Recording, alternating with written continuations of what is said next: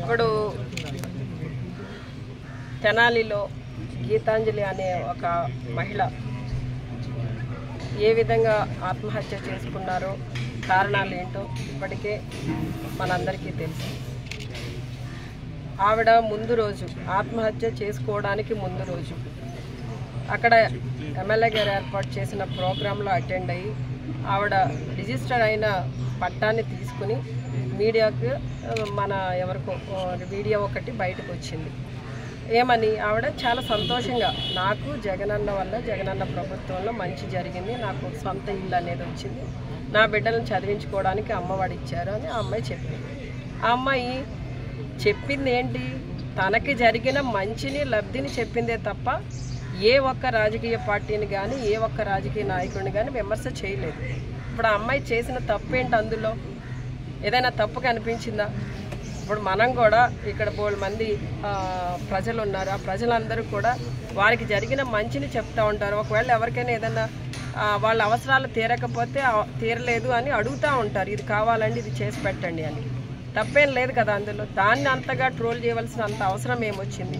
ఈ తెలుగుదేశం నాయకులకి జనసేన నాయకులు ఏదో ఒక ఆ అమ్మాయిని ట్రోల్ చేస్తూ ఆ అమ్మాయి మాట్లాడిన దానికి రకరకాలుగా వక్రీకరిస్తూ పెడార్థాలు తీస్తూ ఆ అమ్మాయిని మానసిక క్షోభకి గురి చేసి ఆ అమ్మాయి ఫోన్కే డైరెక్ట్గా కాల్స్ చేసి ఇబ్బంది పెట్టి కొన్ని మెసేజ్లు పెట్టి అలా అంత దారుణంగా చేయవలసిన అవసరం ఏముందో నాకు అర్థం కాలేదు. అంటే ఈ రోజున వాళ్ళు ఏం చేస్తున్నారో కూడా వాళ్ళకి తెలియని పరిస్థితి, ఒక భయంకరమైన ఫ్రస్ట్రేషన్కి లోనైపోతున్నారు.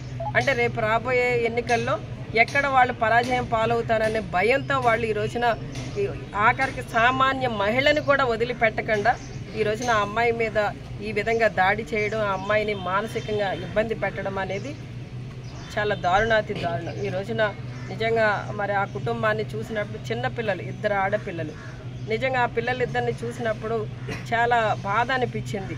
అసలు ఆ బాధని మనం ఎవరూ తీర్చలేం. ఈ రోజున ఆ బిడ్డలిద్దరూ కూడా అనాథలు అయిపోయారు, తల్లి లేని అనాథలు అయిపోయారు. అలాంటి పరిస్థితి ఎందుకు రావాలి? ఈ రోజున మన అమ్మాయి ఏమన్నా రాజకీయంగా ఏమన్నా మాట్లాడిందా? అప్పటికీ కూడా వీళ్ళంతా ఈ సోషల్ మీడియాలో పెయిడ్ ఆర్టిస్టులను పెట్టుకుని వాళ్ళు మా మహిళా మంత్రులు అంటున్నారు, మహిళా ఎమ్మెల్యేలు అంటున్నారు, మమ్మల్ని అందరినీ అంటున్నారు. మేమేదో పాలిటిక్స్లో ఉన్నాం కాబట్టి ఏదో మాట్లాడుతున్నారు లేని, అవసరమైతే మాట్లాడుతున్నాం, ఖండిస్తున్నాం, లేకపోతే మా పని మేము చేసుకోవడంలోనే ఉన్నాం. కానీ పాప మా అమ్మాయి బాగా సెన్సిటివ్గా ఉంది, పాపం తట్టుకోలేకపోయింది. కనీసం ఆ అమ్మాయి ఏమాత్రం కొంచెం ఆలోచన చేసి పోలీస్ స్టేషన్లో కంప్లైంట్ ఇచ్చినా లేదా దిశ యాప్ ద్వారా ఒక కంప్లైంట్ చేసిన పోలీసులకి ఆ అమ్మాయిని కాపాడుకునేవాళ్ళం, లేకపోతే ఈ రోజున ఆ కుటుంబం ఇలా అనాథ అయ్యేది కాదు. నిజంగా ఆ కుటుంబం గురించి ఆలోచన చేసినప్పుడు చాలా బాధ అనిపిస్తుంది. ఈ రాష్ట్రంలో ఉన్న మహిళలందరికీ కూడా నేను చెప్పేది ఒకటే, ఈ సోషల్ మీడియా ద్వారా కొంతమంది ఫేక్ అకౌంట్స్ పెట్టుకుని, అంటే ఆ ధైర్యం కూడా లేదు వాళ్ళకి. నేను ధైర్యంగా కామెంట్ చేస్తున్నాను, ధైర్యంగా నేను ఈ కామెంట్ పెడుతున్నానే చెప్పే ధైర్యం కూడా వాళ్ళకి లేక ఫేక్ అకౌంట్స్ పెట్టుకుని, ముఖ్యంగా టీడీపీ వాళ్ళు జనసేన వాళ్ళు చేసే పిచ్చి పనులన్నీ కూడా ఇవి. వాళ్ళంతా కూడా ఒక రాక్షసత్వాన్ని, క్రూరత్వాన్ని వాళ్ళు ప్రదర్శిస్తున్నారు. ఈ రోజున మహిళలందరూ కూడా ధైర్యంగా ఉండాలి. ఎవరి మీద ఇలాంటివి జరిగినా కూడా వెంటనే కంప్లైంట్ ఇవ్వండి, లేదా బయటకు వచ్చి కంప్లైంట్ ఇవ్వడానికి మీకు ఏదైనా ఇబ్బంది అయితే దిశ యాప్ ద్వారా కంప్లైంట్ చేయండి. వెంటనే పోలీసుల ద్వారా మీకు ప్రభుత్వం అండగా ఉంటుందని మీ అందరికీ తెలియజేస్తున్నాను. అలానే ఈ రోజున గీతాంజలి కుటుంబానికి ప్రభుత్వం అండగా ఉంది.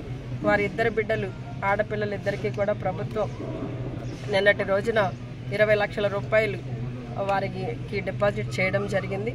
నిజంగా మరి ఇలాంటి పరిస్థితులు మళ్ళీ పునరావృతం కాకుండా ఉండాలని, ఆ కుటుంబానికి భగవంతుడు తోడుగా ఉండాలని, గీతాంజలి గారి ఆత్మకి శాంతి కలగాలని కోరుకుంటున్నాను. వారి మీద చర్యలు తీసుకున్నారా మేడం? డెఫినెట్గా అండి, ఎవరిని వదిలిపెట్టేది లేదు. ఒక కేసు ఆల్రెడీ ఫైల్ అయింది, ఇన్వెస్టిగేషన్ నడుస్తుంది.